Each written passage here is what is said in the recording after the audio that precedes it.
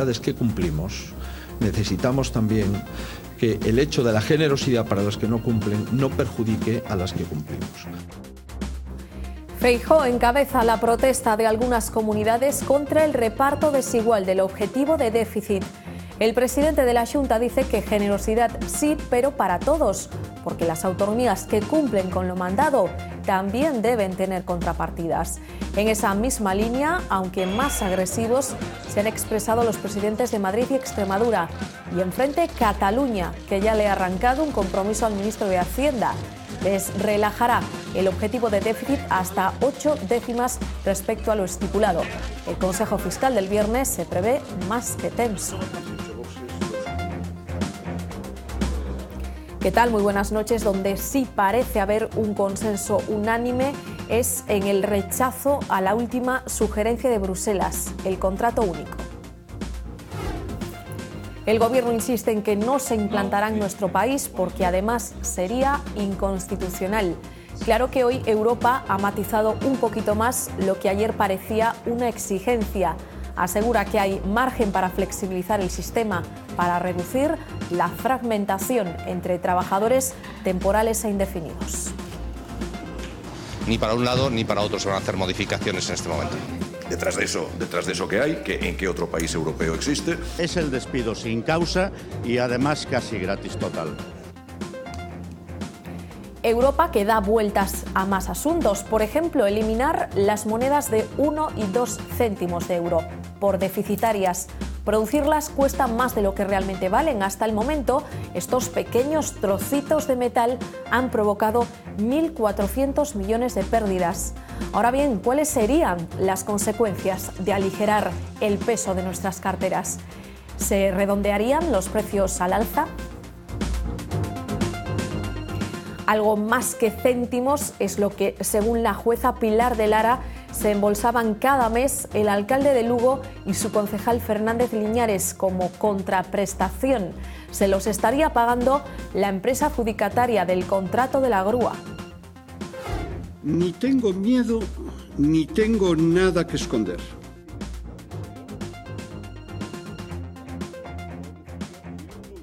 Su inocencia. En esta ocasión, más enfadado que nunca ante las acusaciones de soborno. Declaraciones de imputados y documentación incautada revelan indicios de que el gobierno municipal de Lugo habría amañado el concurso a cambio de comisiones. También en Lugo, un poco más al norte, los pacientes que acuden cada día al Hospital da Costa de Burela denuncian falta de personal y de medios. Y no solo los pacientes, toda la plantilla del hospital. Son el tercero en lista de espera de toda Galicia y a diario ven delante de sus ojos los motivos. Se sienten desbordados desde que la gestión de este hospital depende del ULA. La situación, dicen, se ha agravado. La Xunta habla de que se ha conseguido mejorar la coordinación. Non temos camas, temos unha UCI rea que se quedou pequena e por culpa deso temos que suspender quirófanos moitísimas veces. Si tenemos que ir a Lugo ya no hubiera llegado, ya se hubiera muerto, la salvaron de milagro. Una pérdida de bienestar, tremendo sanitario.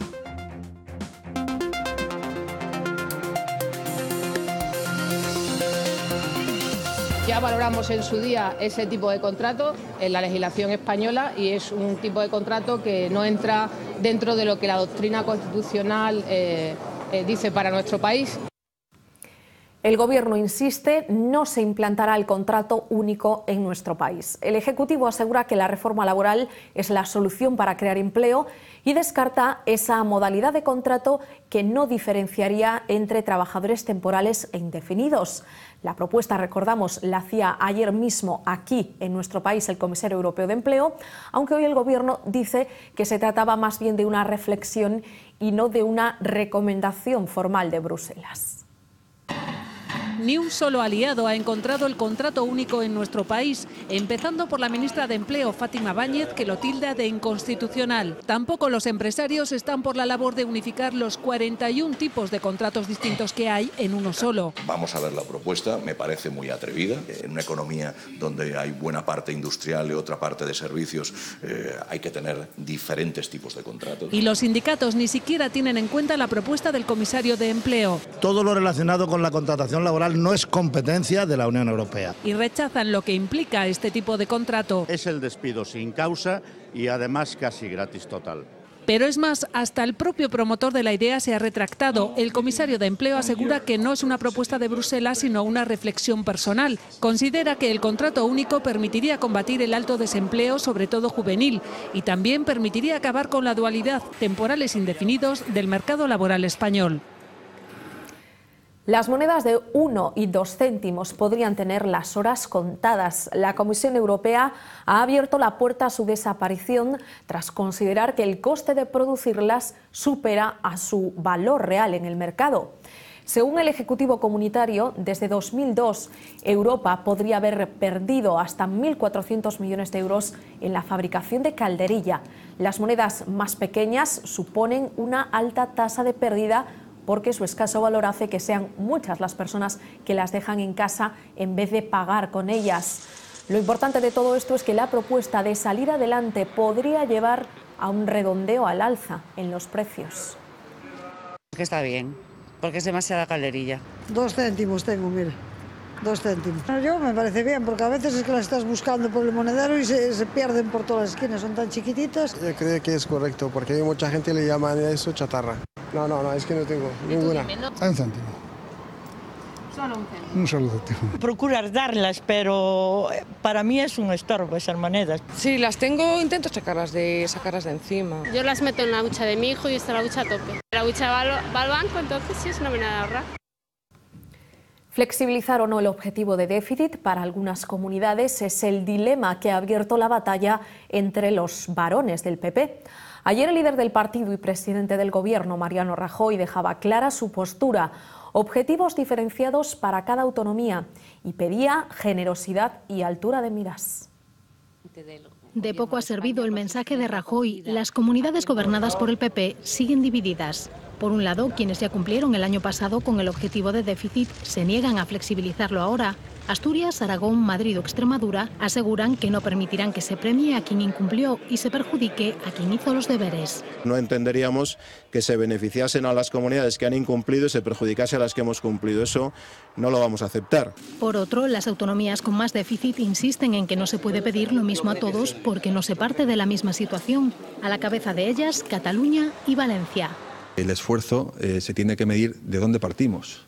Nosotros partimos de una situación en la que ya el año pasado hicimos un gran esfuerzo. En Cataluña se habla ya de un frente común que incluya al PP catalán para reclamar un déficit por encima del 1,2. El 1,2 es inadmisible. Esto incluso el Partido Popular, nadie defiende el 1,2 en Cataluña. Que cada cual, en el margen que tiene, pues presione al gobierno español. Desde Galicia, Feijóo sigue tratando de navegar entre dos aguas. Generosidad sí, pero para todos. Generosidad para las comunidades que no cumplen sí, pero lógicamente también discriminación positiva para aquellas que estamos cumpliendo y que seguimos cumpliendo. Y mientras las comunidades se tiran los trastos a la cabeza, Hacienda avisa. Será muy difícil cumplir con el déficit si se permite a algunas comunidades pasar del 1,2.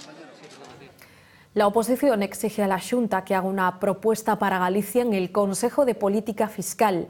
BNG y PSDG acusan al Ejecutivo Autonómico de actuar al dictado del Gobierno central. La consellera de Facenda lo niega y asegura que rechazará cualquier sistema de financiación que no atienda a criterios objetivos como la población o los gastos de las comunidades. Concrete cal é a proposta da comunidade autónoma. Concreta. Concretea, o está esperando o que dicte Madrid. Vostedes son como los soldaditos, aquí, desplazados en esta colonia periférica del protectorado español del Cuarto Reich. Estamos ante un goberno sen formulacións propias e dependente de obedecer os criterios que lle impoña o señor de Guindos ou o señor Montoro. Pelexaremos porque se teña en conta a opinión de Galicia os criterios obxectivos que Galicia está pedindo no seu do Consello de Política Fiscal e Financeira e defenderemos os intereses desta comunidade. La política gallega mira de frente a Portugal. El Parlamento ha aprobado la tramitación de una iniciativa legislativa popular para aprovechar las ventajas de la lusofonía. Por ejemplo, entrar en el mercado de países como Brasil a través del idioma. Tuvo que ser este empresario vitivinícola el que defendió en el Parlamento una evidencia, las similitudes entre el gallego y el portugués, y fueron los criterios económicos los que convencieron al hemiciclo. Como si se descubriese petróleo en Galicia, explotaríamoslo o non. Y es que una lengua puede manejar cifras similares a las de las fuentes de energía. Según la iniciativa legislativa popular que avalaron 17.000 firmas, el potencial económico del portugués supera el 4,5% del PIB mundial, con unos 2,8 billones de euros. 254 millones de personas se comunican en este idioma, que es el más hablado del hemisferio sur y que aglutina el 2% del comercio internacional. As galegas e os galegos poden aproveitar un potencial económico até hoxe desaproveitado. Todos los partidos apoyaron la propuesta. Son lugares de oportunidade para que moito do noso tecido empresarial poida desenvolverse nese ámbito. A lusofonía pode ser enriquecedora para Galicia e Galicia pode ser enriquecedora para a lusofonía. Se non podemos só cos recursos económicos, ao menos podelo facer co que nadie nos pode quitar, que é a nosa cultura común. É unha oportunidade que non debemos deixar pasar. Uno de los aspectos centrales de la norma que hoy inicia su tramitación parlamentaria es que se enseñe portugués en las aulas. El PP matiza que nunca será una materia obligatoria sino optativa y que no se entrará en el debate de aspectos normativos que afecten a la gramática. El complejo hospitalario de Santiago contará con un nuevo servicio. Se trata de la unidad de críticos. 18 boxes para atender a pacientes médicos y quirúrgicos que necesiten especial atención debido a su gravedad. Se pondrá en marcha este mes tras una inversión de 3 millones de euros. Son 1000 metros cuadrados con las últimas tecnologías, con capacidad para 18 pacientes, con un amplio equipo médico. Es la unidad de críticos del CHUS, una vieja demanda que permitirá atender a pacientes que necesitan un cuidado especial. Y esto va a ser una unidad polivalente para atender a pacientes de cualquier etiología, médicos, quirúrgicos, oncológicos, que estén en una situación con algún órgano deteriorado y que precisen un soporte para mantener su vida, para darles tiempo a recuperarse. Supondrá un desahogo para la gestión hospitalaria, pero sobre todo beneficiará al paciente, que tendrá más recursos y más comodidad. Se puede respetar la intimidad del enfermo. Un enfermo está grave, pero no deja de ser un ser humano, y de alguna forma la estructura cerrada te va a dar una posibilidad de más tiempo con la familia, mayor intimidad, y eso es muy importante también de cara a la dignidad de nuestros enfermos. El presidente de la Xunta visitaba la unidad, una obra, dijo, necesaria y posible aún en época de crisis. Destacó que es una muestra de calidad asistencial y resultado de una política basada en la eficiencia, una eficiencia a la que también se agarró la conselleira para justificar el cierre de 900 camas durante el verano. Non hai ningún problema de camas. Temos unha ocupación nos meses de verão dun 65%, é dicir, disminuye dunha maneira significativa a ocupación nos meses de verán. Dice que habrá camas más que suficientes, aunque los sindicatos ya han advertido que tendrá efectos negativos. El pasado mes de marzo se aprobaba el área de gestión integrada de Lugo. Desde la capital, desde el ULA, pasaban a controlarse también el Hospital de Monforte y el da Costa de Burela. Un cambio que desde el principio provocó recelos entre los afectados. Creían que la centralización acabaría pasando factura a nivel de recortes. Hoy Feijóo ha insistido en que se mejora la atención, pero médicos y pacientes hablan de falta de espacio, material y plantilla. A garantía da permanencia e da ampliación do Hospital da Mariña Lucense é poñer todos os medios da provincia de Lugo a disposición do Hospital da Mariña. Por eso haberá quimioterapia e por eso incrementaremos os medios diagnósticos e por eso ampliaremos ese hospital, porque é necesario dada a dificultad de accesibilidade a Lugo. Un hospital que ya nació pequeño hace 27 años. Del mismo día siguiente a inaugurarse ya se ven las carencias que han ido paulatinamente haciéndose cada vez mayores. Plantilla insuficiente, medios materiales escasos y falta de espacio son los puntos débiles del Hospital da Costa de Burela. Non temos camas, temos unha UCI rea que se quedou pequena e por culpa deso temos que suspender quirófanos moitísimas veces. Temos unha zona de urxencias que está sobresaturada constantemente. Y ahora se suma que este centro pierde la gestión propia y pasa a integrarse en el área de Lugo. Es que creo que va a ser una pérdida de bienestar tremendo sanitario y también desde el punto de vista social y económico para la Marina va a ser una pérdida de bienestar tremendo. ¿Quiénes lo pagan? Los ciudadanos, como cuenta María Jesús. Un desprendimiento de placenta, mi nuera, y si la tienen que llevar a Lugo, si tenemos que ir a Lugo, ya no hubiera llegado. Ya se hubiera muerto, la salvaron de milagro.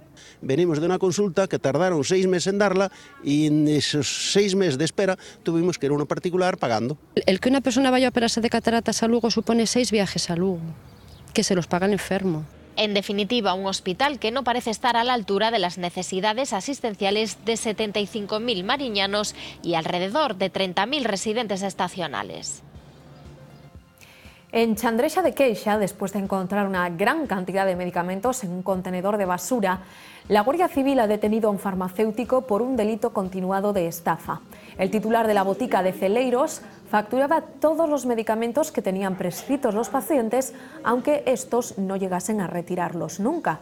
En ese caso, las medicinas acababan en la basura, pero él se aseguraba los ingresos.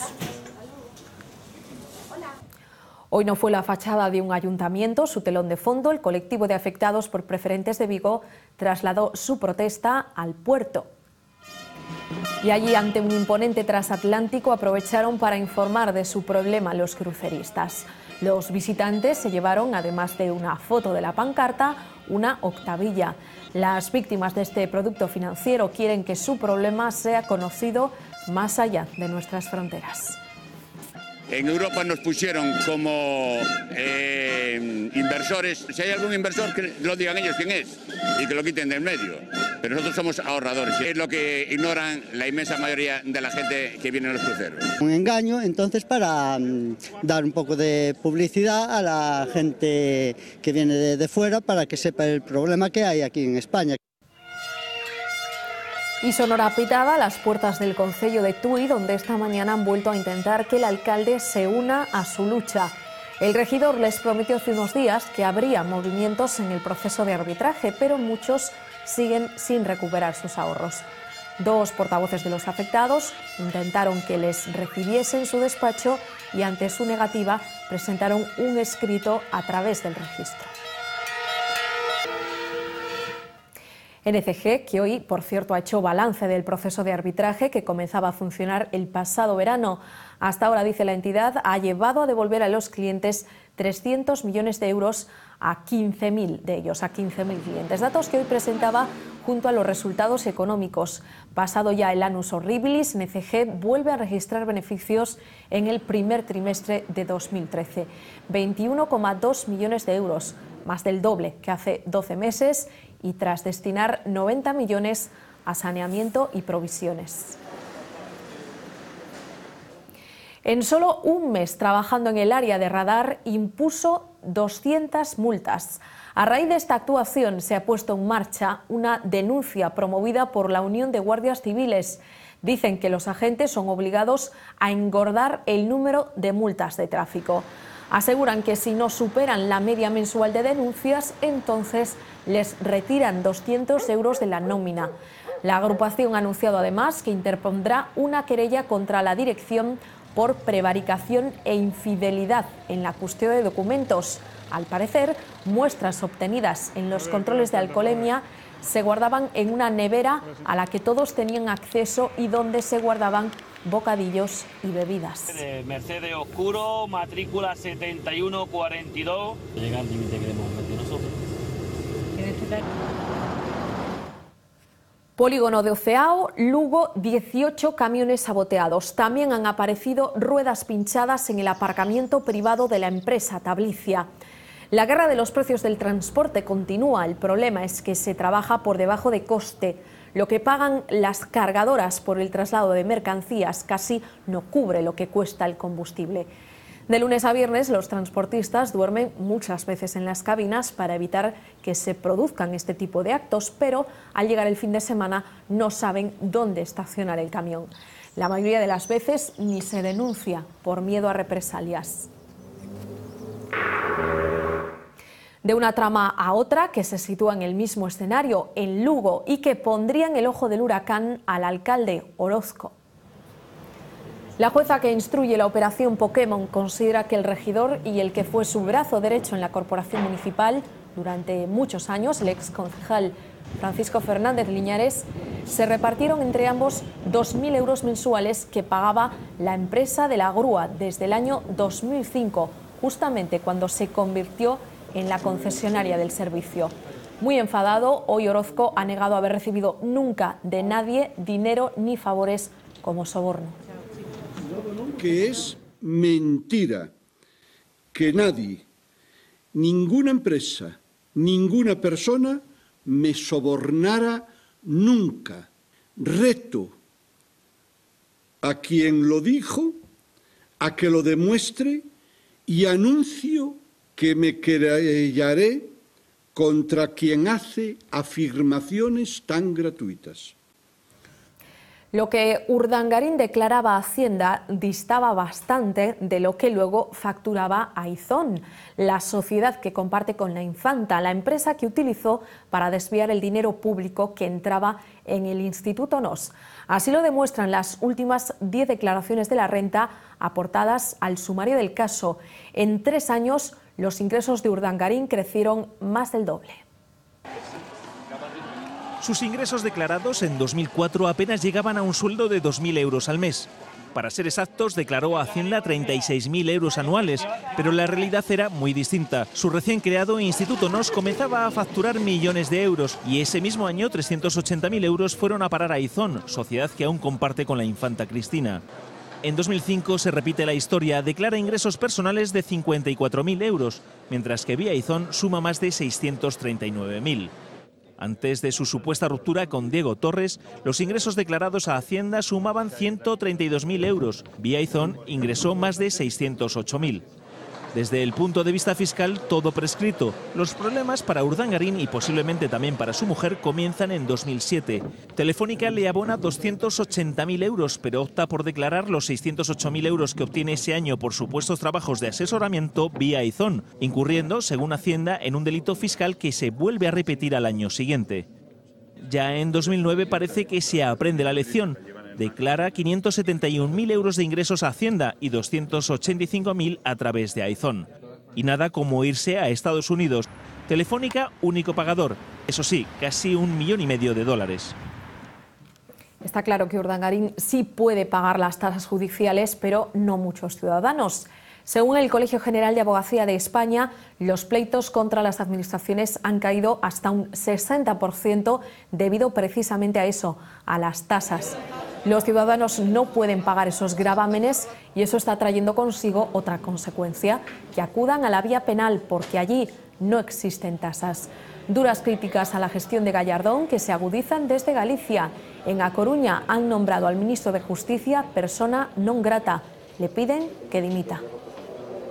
Lo mejor que le podía suceder, y le doy paso, es que desapareciera del Ministerio de Justicia. Pero no por los abogados, por la ciudadanía y por la justicia con mayúscula. La justicia es independiente y lo que está es vaciando de contenido el Poder Judicial. Y por consiguiente nos convertimos en el hazmerreír de Europa.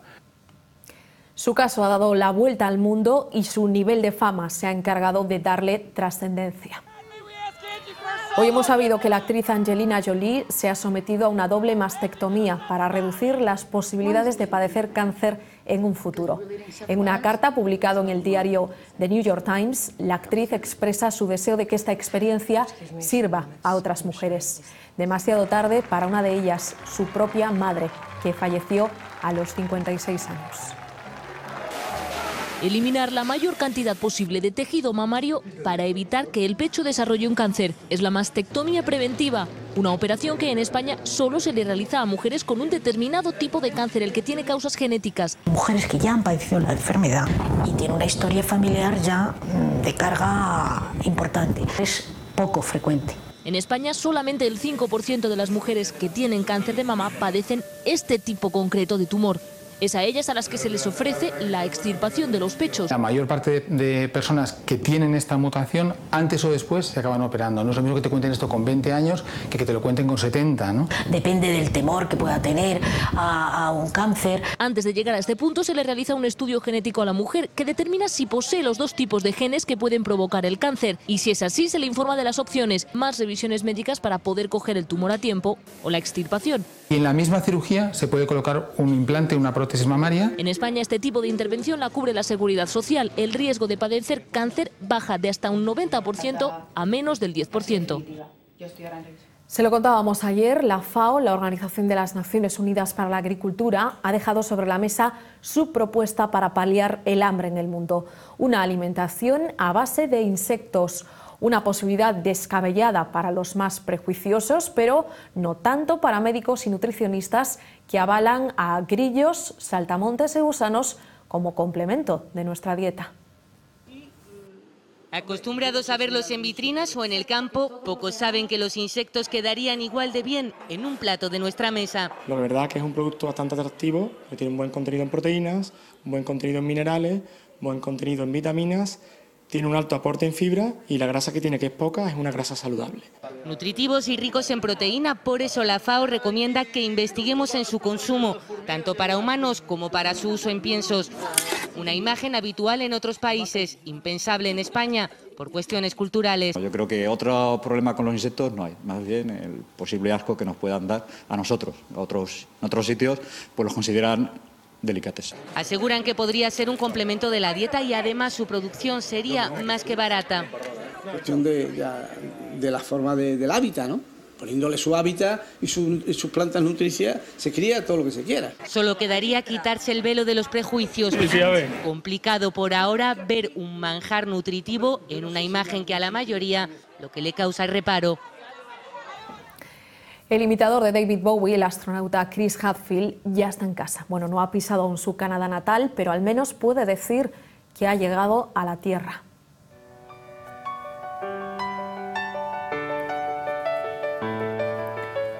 La Soyuz con 3 tripulantes a bordo ha aterrizado sin problemas en la estepa de Kazajistán. Vuelven después de cumplir una misión de 142 días, prácticamente 5 meses. El viaje desde el espacio exterior hasta nuestro planeta duró 3 horas y media. Casi 1 millón de personas han seguido en Internet el día a día de este hombre, de Hadfield, sus tareas como director de la estación, sus lágrimas sin gravedad o sus ya famosas canciones.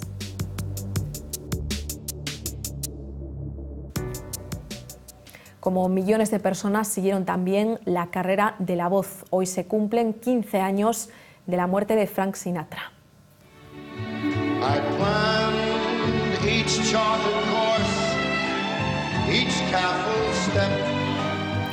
Murió a los 82 años de un ataque al corazón, dejando tras de sí una vida repleta de experiencias, muchas de ellas amorosas, porque vivió a su manera y porque los escarceos sexuales eran lo habitual. Se casó 4 veces, una de ellas con la divina Ava Gardner, pero por su cama pasaron también Judy Garland, Lauren Bacall, Marilyn Monroe o Rafaela Carrà. Todo un galán de ojos azules cuyas relaciones con la mafia nunca quedaron muy claras, pero que el FBI llegó a investigar. En 1964, el cantante, que odiaba a Franco, le mandó al caudillo un telegrama en el que le pedía directamente que se muriese de una vez. Un estilo peculiar, mucho temperamento y un encanto que acompañaba a esa voz rica en matices e inolvidable.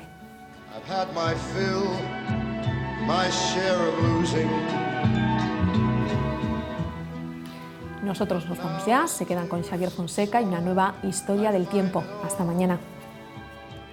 So amusing to think I did all that, and may I say, not in a shy